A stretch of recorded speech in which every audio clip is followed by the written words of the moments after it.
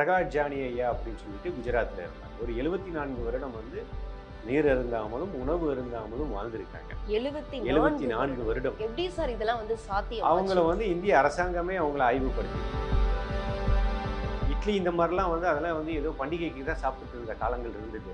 அப்போ அவங்க ஆரோக்கியமாக இருந்தாங்க. 10 குழந்தைங்க 12 குழந்தைங்களுக்கு மேலே பெற்றுக்கிட்டாங்க. இன்னைக்கு ஒரு குழந்தை பெற்றுக்கிறதுக்கே கஷ்டமான சூழ்நிலையில் இருக்குது. தலையிலையும் இடுப்புலையும் வந்து தண்ணி தூக்கி வச்சு பெண்கள்லாம் இன்னைக்கு அசால்ட்டாக நடந்தாங்க. இன்னைக்கு ஒரு குடத்தை இரவு நேர பிரியாணி கடை அப்படிங்கிறத விட விடிய விடிய பிரியாணி கடைங்கிறது ஆயிடுச்சு. இரவு நேரத்தில் மசாலா கலந்த உணவுகள் சாப்பிட்டா உடலுக்கு நல்லதா அப்படின்னு கேட்டால் மருத்துவர்கள் என்ன சொல்லுவாங்க? நல்லதில்லை, காலதாமதமாகி உணவு சாப்பிடக்கூடாது அப்படின்னு சொல்லுவாங்க. ஆனால் இதெல்லாம் நம்ம காதில் கேட்டுட்டு தான் இருக்கிறோம். உடலில் இருக்கக்கூடிய ஏற்கனவே இருக்கக்கூடிய கழிவுகளை நீங்கள் வெளியே போக்காம நான் விரதம் இருக்கிறேன் அப்படின்ற முறையில் நம்மளா புதுசாக எதையாவது பண்ணிக்கும்போது இந்த மாதிரி மாற்றங்கள் ஏற்படும். அதுக்கும் ஒரு முறை இருக்கு. கண்டிப்பாக இருக்குது. கண்டிப்பாக நான் அப்படி தான் கற்றுக்கிட்டேன். உடலையும் பாதிக்கக்கூடாது, மனதையும் பாதிக்கக்கூடாது, நம்ம உயிரையும் பாதிக்கக்கூடாது, நம்ம குடும்பத்தையும் பாதிக்கக்கூடாது. அந்த வகையில் எதை சிறப்பாக செய்யணும்?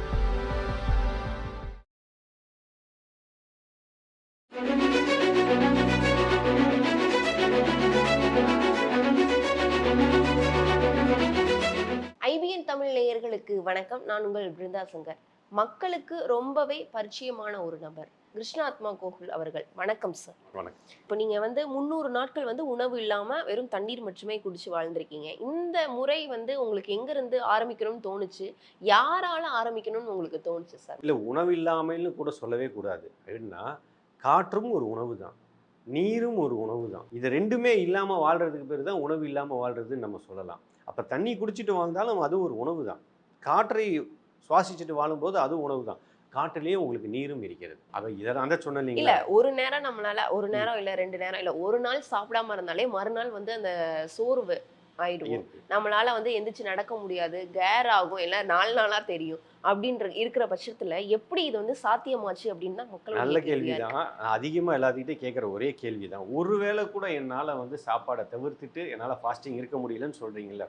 நிறைய பெண்கள் சொல்கிறாங்க, குழந்தைகள் சொல்கிறாங்க, ஆண்கள் வந்து எல்லாருமே சொல்கிறாங்களா? இப்போ அந்த சஷ்டி விரதம்னு ஒன்று முருகருக்கு எடுப்பாங்க. 6 நாளைக்கு எதையுமே சாப்பிடாம விரதம் இருக்கிறாங்க. இல்லை சார், பால் குடிப்பாங்க, பழம். சரி, பால் குடிக்கிறாங்க, பழம் குடிக்கிறாங்க. சரி, நீங்கள் அந்த பாலையும் பழமும் உணவாக எடுத்துப்பீங்களா? இல்லையா? ஒரு நியூட்ரிஷனாக எடுத்துக்கிறீங்க இல்லையா? சரி, சாப்பிடாம என்னால் இருக்கவே முடியாதுன்னு சொல்கிறவங்க எப்படி அந்த 6 நாளைக்கு வந்து அவங்களால வந்து இருக்க முடியுது? அப்போ அந்த இடத்துல அவங்களுக்கு என்ன ஒரு ஆற்றல் கிடைச்சது? பக்திங்கிற ஆற்றல் கிடைச்சிச்சா? மன வலிமை. அந்த மன வலிமை எப்படி பக்திங்கிற பேரில் தெய்வத்தின் மீது வந்து செலுத்தப்படும் போது அந்த ஆன்மீகங்கிற பேரில் உங்களுக்கு சக்தியாக மாறுது. அதே மன வலிமையை நீங்கள் வந்து மனதுக்கு செலுத்தினீங்கன்னா உங்கள் பழக்க வழக்க வாழ்வியலாக மாறுது. மொத்தத்தில் உங்கள் மனதுக்கும் உடலுக்கும் எப்படி நீங்கள் எதை கொடுத்து பழக்கிறீங்களோ அதுதான் உங்கள் வாழ்வியலாகவும் உங்கள் பழக்க வழக்கமாகவும் உங்களுக்கான ஆரோக்கியத்தையும் தரக்கூடியதாக அமையுது. பிரகாஷ் ஜானி ஐயா அப்படின்னு சொல்லிட்டு குஜராத்தில் இருந்தாங்க. ஒரு 74 வருடம் வந்து நீர் அருந்தாமலும் உணவு அருந்தாமலும் வாழ்ந்திருக்காங்க. 74 வருடம். எப்படி சார் இதெல்லாம் வந்து சாத்தியம்? அவங்கள வந்து இந்திய அரசாங்கமே அவங்கள ஆய்வுபடுத்தி இருக்கிறாங்க. ஆய்வுபடுத்தி ஆமா இது உண்மை அப்படின்னு சொல்லி வெளிப்படுத்தி இருக்கிறாங்க. இப்போ பார்த்தீங்க அப்படின்னா அந்த யூடியூப்ஸ் எல்லாம் வந்து நிறைய பேர் பெண்களும் சரி ஆண்களும் சரி பார்த்து கெட்டு போறாங்க. கெட்டு போறாங்க மீன்ஸ் தண்ணி மட்டுமே குடிச்சு அவங்களுடைய உடல் பருமனை வந்து குறைக்கலாம் அப்படின்னு. ஏன்னா வந்து இந்த இப்போ இருக்கக்கூடிய காலகட்டத்தில் குண்டா இருக்காங்க அப்படின்னு சொல்லிட்டு பயங்கரமா பாடி ஷேமிங் பண்ற இந்த காலகட்டத்தில் வந்து இந்த மாதிரி யூடியூப்ஸை பார்த்து கெட்டு போறாங்களே, இதை நீங்க எப்படி பாக்குறீங்க? ஏன்னா இறந்துருக்காங்க. ஏன்னா அவங்க 30 நாள் கிட்டத்தட்ட 30 நாளா வந்து அவங்க வெறும் ஜூஸ் தண்ணி மட்டுமே குடிச்சு உயிர் வாழ்ந்து இறந்து போறாங்க. இதை நீங்க எப்படி பாக்குறீங்க? என்னுடைய அனுபவம் எனக்கு எப்படி கிடைச்சதுங்கிறத நான் விவரமாக கொடுத்துட்டு இருக்கிறேன். ஆனால் அந்த அனுபவம் என்னங்கிறது முழுமையாக தெரியாமல் வெறும் யூடியூப்பை மட்டுமே பார்த்துட்டு அந்த மாதிரி முயற்சி செய்தால் தவறில் தான் போய் முடியும். இது மாதிரி நான் நிறைய அனுபவங்களை பட்டிருக்கேன். இப்போ நான் பேசுகிறதே எதுக்குன்னா அவங்களுடைய தெளிவுக்காக தான் நான் பேசுகிறேன். இந்த மாதிரி தவறுகளை செய்யாதீர்கள். யூடியூப்பை பார்த்துட்டு மருத்துவம் பார்க்காதீங்க, யூடியூப்பை பார்த்துட்டு விரதங்கள் இருக்காதீங்க அப்படிங்கிறத நான் வந்து இதை வந்து ஒரு ப்ரொபகண்டாவே பண்ணிகிட்டு இருக்கிறேன். நான் அந்த மாதிரி தவறை பண்ணாதீங்க அப்படின்னு சொல்லிட்டு. அப்போ இதெல்லாம் ஏன் நடக்குது அப்படின்னு கேட்டிங்கன்னா, முதல்ல உடலில் இருக்கக்கூடிய கழிவுகள்னு இருக்குது. உடலில் இருக்கக்கூடிய ஏற்கனவே இருக்கக்கூடிய கழிவுகளை நீங்கள் வெளியே போக்காமல் நான் விரதம் இருக்கிறேன் அப்படின்ற முறையில் நம்மளா புதுசாக எதையாவது பண்ணிக்கும்போது இந்த மாதிரி மாற்றங்கள் ஏற்படும். அதுக்கும் ஒரு முறை இருக்கு. கண்டிப்பாக இருக்குது. கண்டிப்பாக நான் அப்படி தான் கற்றுக்கிட்டேன். நானாக வந்து ஏதோ ஞானத்தில் வந்து இதெல்லாம் பண்ணலாம் கிடையாது. படிப்படியாக கற்றுக்கிட்டு வந்து தான் நான் இந்த உடல் தூய்மை அடைஞ்சேன். நான் அதே மாதிரி காற்றை எப்படி நமக்கு சக்தியாக மாற்றிக்கணும். சாப்பாடை தவிர்த்துட்டோம், தண்ணியை குடிச்சிட்டு இருக்கோம். அப்போ உயிர் வாழ்றதுக்கு காற்று முக்கியம் இல்லைங்களா? அந்த காற்றை நம்ம எப்படி சக்தியாக மாற்றிக்கணும் அதையும் கற்றுக்கிட்டு அதனோட சேர்ந்து பயணிக்கும் பொழுது தான் இந்த மாற்றம் நடந்ததே தவிர திடீர்னு அப்படிங்கலாம் நடக்கலாம் கிடையாது. இப்போ ஒரு உதாரணத்துக்கு வாட்டர் ஃபாஸ்டிங் நீங்கள் இருக்கிறாங்க, 21 நாள் வரைக்கும் ஃபாஸ்டிங் இருக்கிறதெல்லாம் இருக்காங்க, நிறைய பேர் இருக்காங்க, இல்லைன்னு சொல்லலை. அவங்களுக்கு எது எப்படி சாத்தியமாச்சு? இதே பழக்கங்கள் தான் கொஞ்சம் கொஞ்சமாக உடலுக்கும் மனசுக்கும் கொடுத்து பழக்கும் பொழுது அந்த தன்மையை உடலும் மனமும் ஏற்றுக்குது. இன்னொன்று முக்கியமாக நம்மளை சுற்றி இருக்கக்கூடிய சமுதாயத்தை என்ன சொல்லுங்கிற விஷயத்துக்கு நீங்கள் பாதிச்சு உள்ள மனம் கொண்டு வந்தீங்கன்னா எந்த விஷயத்தையும் நீங்கள் முழுமை செய்ய முடியாது. உதாரணத்துக்கு நான் வந்து 74 கிலோவில் இருந்தேன். இந்த பயிற்சிக்கு வரும்போது 74 இருந்தேன். கடைசியாக என்னுடைய உடல் எடை 46க்கு வந்துட்டேன். 47லேருந்து கடைசியாக 46க்கு வந்தேன். எலும்புந்தோலுமாக தான் இருந்தேன். என்னை வந்து எய்ட்ஸுன்னாங்க, கேன்சர்னாங்க, டிபின்னாங்க, என்னென்னமோ பேசுனாங்க. அந்த தண்ணி குடிச்சு ஆமாம், அந்த அளவுக்கு உடம்பு 74லேருந்து 47லேருந்து 46க்கு கடைசியாக வந்தேன். அப்போ அந்த உடல் எடையை பார்த்து என்னை அப்படி தான் பேசுனாங்க. எதையுமே கண்டுக்கல. இப்போ நம்ம மீண்டும் பழைய நிலைக்கு நம்ம வந்ததுக்கப்புறம் பேசினவங்களாம் இன்னைக்கு வேடிக்கை பார்த்துட்டு அமைதியாக போயிடுறாங்க இல்லையா? இதுதான் சொல்றேன், இந்த சமுதாயம் என்ன வேண்டுமானாலும் பேசும். நீங்கள் உங்கள் இலக்கு எது என்பதை நீங்கள் முடிவு செய்யணும். உடலையும் பாதிக்கக்கூடாது, மனதையும் பாதிக்கக்கூடாது, நம்ம உயிரையும் பாதிக்கக்கூடாது, நம்ம குடும்பத்தையும் பாதிக்கக்கூடாது.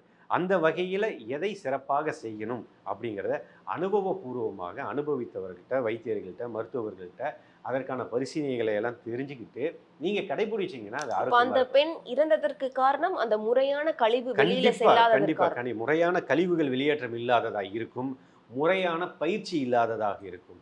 அதை எப்படி பண்ணணுங்கிறது சொல்லிக் கொடுக்கறது சரியான நபர்கள் இல்லாமல் இருக்கு. ஒரு மருத்துவர்கிட்ட கேட்டிங்கன்னா உங்களுக்கு நல்லா கைட் பண்ணுவாங்க. ஆனா எப்படி எடுக்கணும் மருத்துவர்கள் வந்து சாப்பிடாம இருக்கணும் அப்படின்னு சொல்லவே எங்கேயுமே சொல்ல இல்லை. கிடையாது, யாருமே சொல்ல கிடையாது. சாப்பிடாம வாழணும் அப்படிங்கிறது இங்கே யாருமே சொல்லது கிடையாது. அப்படி இயற்கையிலையும் இதுவரைக்கும் இருந்ததாகவும் கிடையாது. சித்தர்கள் வாழ்ந்ததா சொல்லியிருக்கிறாங்க, நம்ம ஏன்னா படிச்சிருக்கிறோம். சித்தர்களே வந்து சாப்பாட்டு முறையா பின்படுத்தணும் தான் சொல்லியிருக்காங்க. அதாவது சாப்பிடாம இருந்து உங்களுடைய உடலை வந்து பராமரிக்கணும் அப்படின்னு எந்த ஒரு சித்தருமே சொன்னது சொல்லலை இல்லையே. சொல்லலை. அதாவது ஒரு வள்ளல் பெருமான் எடுத்துக்கோங்க. வள்ளல் பெருமான் தன்னுடைய வாழ்வியல கடைசியில் ஒரு கைப்பிடி ஒரு உணவு தான் உட்கொண்டதாக சொல்லியிருக்கிறாங்க. அப்படிங்கிறப்ப உணவுங்கிறது உயிர் வாழ்வதற்கு தான். இப்போ நீங்கள் கொடுக்குற உணவு உடம்புக்கு கொடுக்குறீங்களா, மனசுக்கு கொடுக்குறீங்களா? இப்போ கேள்வியாக தான். கண்டிப்பா. உயிர் வாழ்கிறதுக்கு உடம்புக்கு கொடுக்குறீங்க, ஆனால் இப்போ நீங்கள் சாப்பிட்றது மனசுக்கு தானே கொடுக்குறீங்க. அதுக்கு தானே 5 வகையான ருசி கேட்குது. இப்போ ஒரு பழைய சாப்பாடு நீராகாரம் சாப்பிட்டாலே இந்த உடலுக்கு உயிர் வாழ முடியும், உண்மைதானுங்க? ஆமா. அப்போ ஏன் பிரியாணி கேட்குது? விதவிதமான உணவுகள் ஏன் கேட்குது? அப்போ இந்த மனசுக்காக தானே இன்றைக்கி நம்ம வாழ்கிறோம். அப்போ மனசுக்காக வாழும்போது தான் இந்த உடல் பாதிக்கப்படுகிறது. அப்போ மனசும் பாதிக்கக்கூடாது, உடலும் பாதிக்கக்கூடாது அப்படிங்கிற உணவு முறைகளை நீங்கள் தெரிஞ்சுக்கிட்டு அதை முயற்சி பண்ணுங்க, அதை வாழ்வியலாக வாழுங்க. அதான் எல்லாரும் சொல்லுவாங்க, அதாவது மனசு சொல்றத வந்து கேட்கக்கூடாது, மூளை சொல்றதை தான் கேட்கணும் அப்படி. இப்போ நீங்க சொல்றத பார்க்கும்போது வந்து உடம்பு சொல்றதையும் கேட்கணும் அப்படின்னு சொல்ல கண்டிப்பா வரீங்க. அதுதான் எனக்கு நான் பொதுவாக என்னுடைய அனுபவத்தில் நான் சொல்றதே இதுதான். நீங்கள் ஃபாஸ்டிங் இருக்கிறீங்களா, நல்ல விஷயம் இருங்க. மனசு பாதிக்காத வகையில் ஃபாஸ்டிங் இருங்க, உடல் பாதிக்காத வகையில் ஃபாஸ்டிங் இருங்க. உடலையும் மனதையும் ஒன்றுபடுத்துங்க. அப்பதான் உங்களுடைய ஃபாஸ்டிங் முழுமையடையும், அதற்கான பலன் கிடைக்கும். கண்டிப்பா. நீங்க வந்து முறையான பயிற்சி, முறையான கழிவு வெளியில சென்றாதான் நீங்க சொன்னது வந்து சாத்தியமாகும் யாருக்கும்னாலும். சாத்தியமாறதுக்கு என்ன விஷயங்கள் வந்து பேசிக்கா செய்யணும் அப்படின்றத சொல்ல முடியுமா சார்? பேசிக்காக இன்றைக்கி நம்ம தெரிஞ்சுக்க வேண்டிய ஒரு விஷயம், குவாலிட்டிக்கு இன்றைக்கி நம்ம சாப்பிட்றதே இல்லையே, குவான்டிட்டி தானே சாப்பிட்றோம். அப்போ குவாலிட்டி அப்படின்னா வெஜிடபிள்ஸ், ஃப்ரூட்ஸ் இதெல்லாம் வந்து நமக்கு குவாலிட்டியை கொடுக்குது. குவான்டிட்டிங்கிறது கார்போஹைட்ரேட் உடம்புக்கு நமக்கு வேண்டியது தான், அரிசி பருப்பு தானியங்கள் இதெல்லாம். ஆனால் நம்ம என்ன பண்ணுவோம், கார்போஹைட்ரேட் அப்படிங்கிற அரிசி பருப்பு தானியங்கள் நிறையா இருக்கும், வெஜிடபிள்ஸ் கொஞ்சோண்டாக இருக்கும். பார்க்கும்போது நமக்கு குவான்டிட்டி தான் நமக்கு அதிகமாக இருக்குது. அப்போ அந்த குவான்டிட்டி உணவை நீங்கள் குவாலிட்டி உணவாக மாற்றுங்க. ஃபஸ்ட்டு இதை முதல்ல பண்ணுங்கள். அப்போ வெஜிடபிள், ஃப்ரூட்ஸ் இந்த மாதிரிகளை ஒரு 70% உணவாகவும், கார்போஹைட்ரேட் இந்த உடம்புக்கு கண்டிப்பாக வேணும், அதை தவிர்க்க வேண்டாம். கண்டிப்பாக அதை ஒரு 30%ஆகவும் சராசரியாக ஒரு மனிதர் இதை மாற்றிக்கிட்டு வாழ்ந்தாலே உங்கள் உடம்புல கழிவுகள் இல்லாமல் வெளியேறும். நீங்கள் கார்போஹைட்ரேட்டாக அதிகமாக நீங்கள் கொடுக்குறீங்கன்னு வச்சுக்கோங்க, நீங்கள் பயங்கர டென்ஷனாக இருக்கிறீங்க, கோபமாக இருக்கிறீங்க, பதட்டமாக இருக்கிறீங்க, உங்கள் உடம்பு ஆட்டோமேட்டிக்காக வீக் ஆகிடும், அதாவது ஹீட் ஆகிடும். அதிக ஹீட் ஆயிடுச்சு அப்படின்னா பாடி வந்து எப்பயுமே என்ன ஆகும் அப்படின்னா, நீங்கள் முதல் பிரச்சனை வர்றது கான்ஸ்டிபேஷன் தான். அப்போ என்ன ஆகும், பாடி அதிகமாக ஹீட் ஆகும்போது சாப்பிட்ட உணவு எளிமையாக வெளியேறாது. அதில் நீங்கள் கார்போஹைட்ரேட் உணவுகளையும் அதிகமாக நீங்கள் கொடுக்குறீங்கன்னு வச்சுக்கோங்க, அப்போ ஈஸியாக வெளியேறாமல் முதல் பிரச்சனை அங்கே தான் ஆரம்பிக்கும். அப்போ நார்ச்சத்து உள்ள உணவுகள், வெஜிடபிள்ஸ் இந்த மாதிரி இருக்கிறத கொஞ்சம் அதிகமாக சேர்த்திக்கும் போது அந்த கார்போஹைட்ரேட்டனால பாதிப்புகள் உங்களுக்கு இலகுவாக்க மாற்றி தந்துடும். இந்த மாதிரி ஒரு சின்ன சின்ன விஷயங்களை ஆரம்பத்துலேருந்து படிப்படியாக ஒரு பயிற்சியாக எடுத்துகிட்டு வந்தோம் அப்படிங்கும் பொழுது தான் அந்த ஒருவேளை உணவு கூட நமக்கு வந்து முழுமையடையும். கண்டிப்பா சார். நீங்க வந்து அந்த 300 நாட்கள் வந்து தண்ணி மட்டுமே குடிச்சு வாழ்ந்தீங்கல்ல. அந்த காலகட்டத்துல ஒரு மனிதன் வந்து சராசரியா செய்யக்கூடிய எல்லா வேலைகளையும் உங்களால வந்து செய்ய முடிஞ்சுச்சா? ஏன்னா அப்டின்னா, இப்ப நம்ம ஒரு நாள் சாப்பிடலனாலே மறுநாள் வந்து நம்மளுடைய ரொட்டீன் வந்து பாதிக்கப்படும் இல்லையா? அந்த மாதிரி அந்த 300 நாட்களும் நீங்க எப்டி இருந்தீங்க? அதுவும் இல்லாம நீங்க வந்து கொரோனா காலகட்டங்கள்ல நீங்க இருந்தீங்கன்னு சொல்றீங்க. இப்ப கொரோனா காலகட்டங்கள்ல எல்லாருமே ஒரு வீட்ல ஒரு முடங்கிய ஒரு சூழல் வந்து இயற்கையாகவே உருவாச்சு. அப்போ அதுதான் உங்களுக்கு அந்த விஷயத்த வந்து சாத்தியப்பட வச்சதா? அப்படின்றது இப்ப பெரிய கேள்வியா இருக்கு. ஆரம்பத்தில் நான் வந்து என்னென்னா, நானும் ரொம்ப பலகீனமானவன் தான். நோய் எதிர்ப்பு சக்தி இல்லாத உடலாக தான் வாழ்ந்துட்டு இருந்தேன். என்ன வந்து கேட்டிங்கன்னா, ஒரு சளி பிடிச்சாலோ, ஒரு வீசிங்கோ இதெல்லாம் ரொம்ப பாதிக்கப்பட்டவன் தான். பச்சை தண்ணி குடிக்க முடியாது, பச்சை தண்ணியில் குளிக்க முடியாது, மோர் குடிக்க முடியாது, ஐஸ்கிரீம் சாப்பிட முடியாது, வாழைப்பழம் சாப்பிட முடியாது. என்னுடைய 20 வயது வரைக்கும் இதெல்லாம் கண்ணில் தான் பார்த்துட்டு இருந்தேன். இதெல்லாம் எடுத்தேன்னா உடனடியாக நான் வீசிங் வந்துடும், தும்மல், அடுக்கு தும்மல் அப்படின்னு சொல்கிற மாதிரி ஒரு 10, 15, 20 வரைக்கும் கண்டினியூஸாக வரும். இப்படி தான் இருந்தேன் நான். எனக்குள்ள ஒரு பயம் என்னைக்கு போச்சோ, எதா இருந்தாலும் பார்த்துக்கலாம் அப்படிங்கிற ஒரு தன்னம்பிக்கையும், தைரியமும், இயற்கை சார்ந்து வாழலாம் அப்படிங்கிற ஒரு வாழ்வியலுக்கு என்னைக்கு வந்தனோ, அப்போ உடலில் நடக்கக்கூடிய மாற்றங்கள். அப்போ தான் அந்த வள்ளலார் அப்படிங்கிற பெருமானுடைய வாழ்வியல் முறைகளை கடைபிடிச்சு வாழ ஆரம்பிக்கும்போது, அந்த உணவு முறைகளும் ஏற்கனவே நான் சின்ன வயசுலேருந்து இந்த மூலிகை மருந்துகள் முறைகளை நான் அதிகமாக எடுத்துக்கிட்டு தான் இருப்பேன். இப்போ வரைக்கும் இந்த ஆராய்ச்சி அப்படிங்கிற இதில் இருக்கும்போது, சின்ன வயசுலேருந்து அப்படியே இருந்துட்டு இருக்கும்போது, இதிலெல்லாம் நடந்த மாற்றங்கள் நமக்கு ஒரு சப்போர்ட்டிவாக இருந்தது.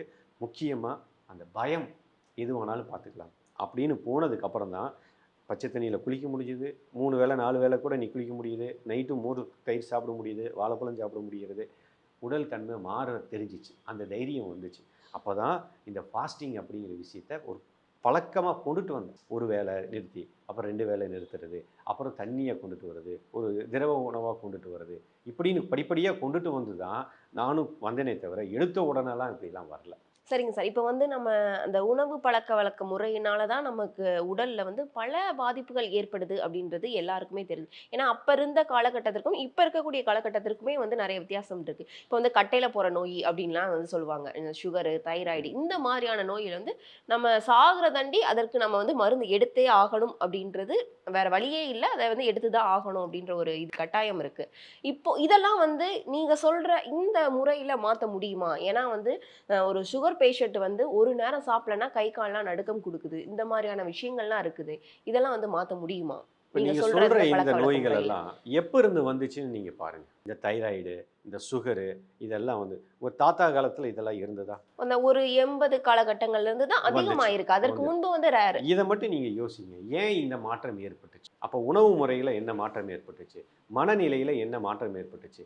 வாழ்வியல்ல என்ன மாற்றம் ஏற்பட்டுச்சு? இத நீங்க பார்த்தா தான் இத சரி பண்ண முடியுமே தவிர, வெறும் மருந்து, மாத்திரைகளால இத சரி பண்ணிறலாம் அப்படின்னு நெனச்சா, இது காலத்துக்கும் சொல்றாங்க இல்லையா?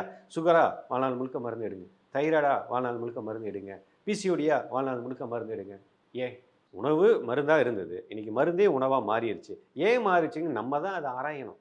இப்ப நான் இன்னைக்கு உட்கார்ந்து நீங்க கேள்வி கேட்டீங்க. என்னுடைய அனுபவத்த நான் இன்னைக்கு நான் சொல்றேன். எத்தன பேர் இத கேட்டு வாழ்க்கைய வாழப் போறாங்க? அதாவது வார்த்தைகளா கேட்காம, என்னைக்கு நம்ம முன்னோர்கள் சொல்லிக் குடுத்தத வாழ்வியலா வாழ்றோமோ, அன்னைக்கு நமக்கு அதனுடைய தாத்பரியம் என்னங்கிறது புரியும். கண்டிப்பா சார். இப்போ ஒரு சிலர் வந்து சொல்றாங்க, மரணத்த தள்ளி போட முடியும். அதுக்கு வந்து சாத்தியக்கூறுகள் இருக்குது அப்படின்னு சொல்றாங்களே, அது உணவு பழக்கவழக்க முறையால தான் தள்ளி போட முடியுமா? அதுக்கு எந்த மாதிரியான சாத்தியக்கூறுகள் இருக்குன்னு நீங்க நினைக்கிறீங்க? இப்ப நீங்க கேட்ட கேள்விக்கு எனக்கு பெரிய அனுபவம் இல்ல. அந்த மரணத்த தள்ளி போடுற அனுபவம் இல்ல. இல்லைனாலும் உடலை ஆரோக்கியமாக வைத்திருப்பதற்கு உடலை ஆரோக்கியமாக வைத்திருப்பதற்கு உணவு முறைங்கிறது ரொம்ப முக்கியமானது இருக்கு. காலையில எந்திரிச்சதுலேருந்து நைட்டு படுக்கிற வரைக்கும், காலையில பிரஷ் பண்றதுலேருந்து நைட்டு படுக்கிற வரைக்கும் எல்லாமே இன்னைக்கு ரசாயனம் கலந்ததா மாறிடுச்சு. இதை எதையாவது தவிர்த்துக்கிட்டு நீங்க வாழ முடியுமா?